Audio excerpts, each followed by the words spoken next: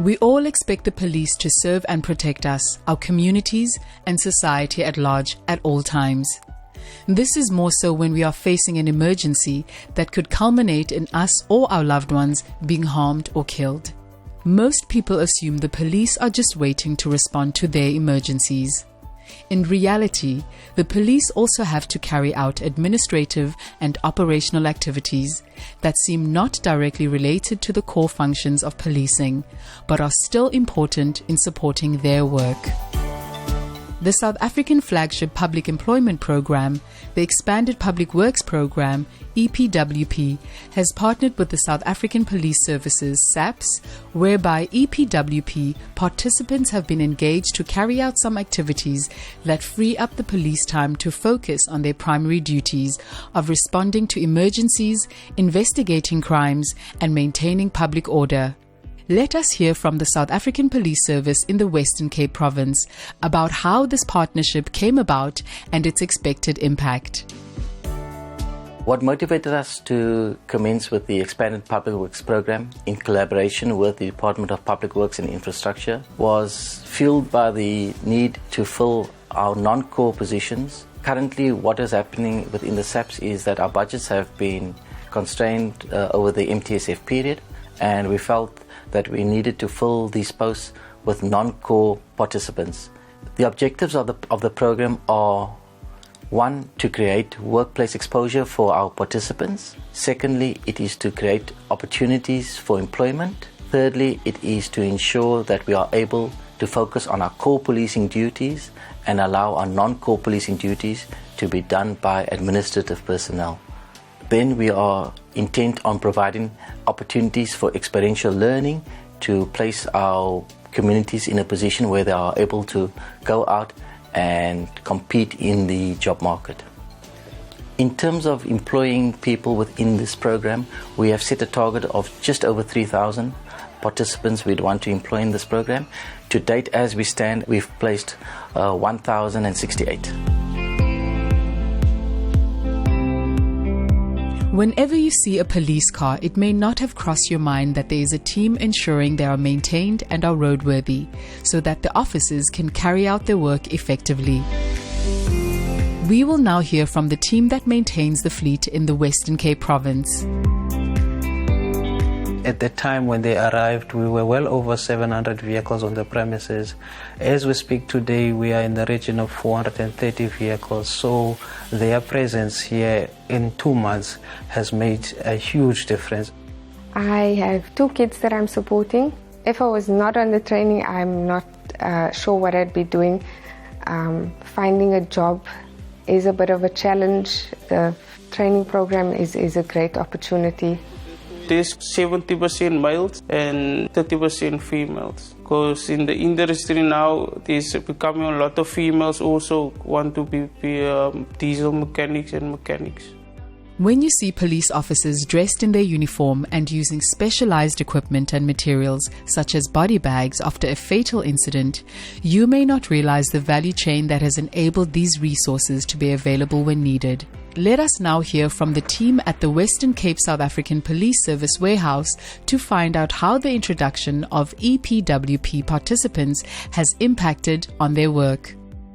We have 3 warehouses: the sundries warehouse, the stationery warehouse and the clothing warehouse. So all the police stations order their clothes from our warehouses. I do have 52 members that are working with me, and I have 67 workers from the Expanded Public Works Program. I'm 24 years at the provisioning warehouse, and this is the first time that we can see a difference. I almost cry because it's really amazing for me. Yes. I'm a receptionist at SAP Supply Chain, and I feel very good every day. I'm looking forward to the learning experience mainly. In the past, the influence I had on school, it impacted my life, where I ended up on streets entertaining all kinds of wrong things. I ended up in jail cells. I never thought that, I had a desire to become a mother or become something in life. After I was locked up though, when I came out, I decided that this is not for me. And that actually encouraged me that I need to do something with my life that I went and I applied, at the education department. Later, I've been called to say that I've got a job as a teaching assistant.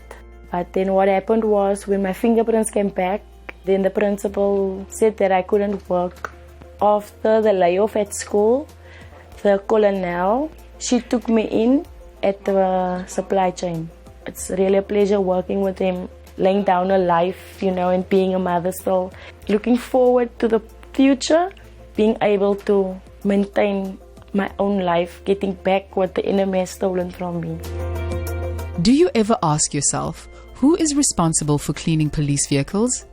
Let's hear from the source. The participants have been trained in the use of the high-pressure cleaners and the vacuums, and the purpose of this is also for them to take training to the communities where they can train those people and even start their own businesses. The expanded Public Works Program participants who are engaged by the police are managed by the Independent Development Trust, who provide technical support to the EPWP. What exactly do they do?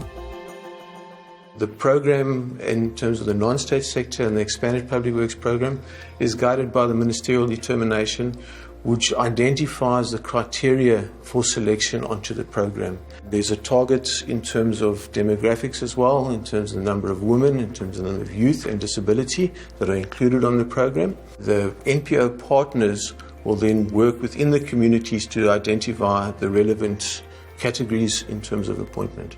One of our beneficiaries became a lawyer. One of our participants also, who was studying towards town planning. Right now, currently, he's employed by the city of Cape Town in Parow. So they would come to work here as administrators during the day and later on go on to school. And they have used exactly this stipend to actually pay their way. Is it possible for someone who was on a potentially wrong path in life to become an exemplary citizen and even end up joining the police service? First, let's visit a place that inspires young people to be law-abiding citizens.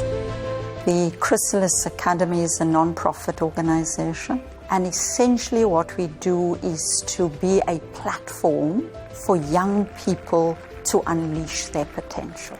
So there's a very strong focus on active citizenship.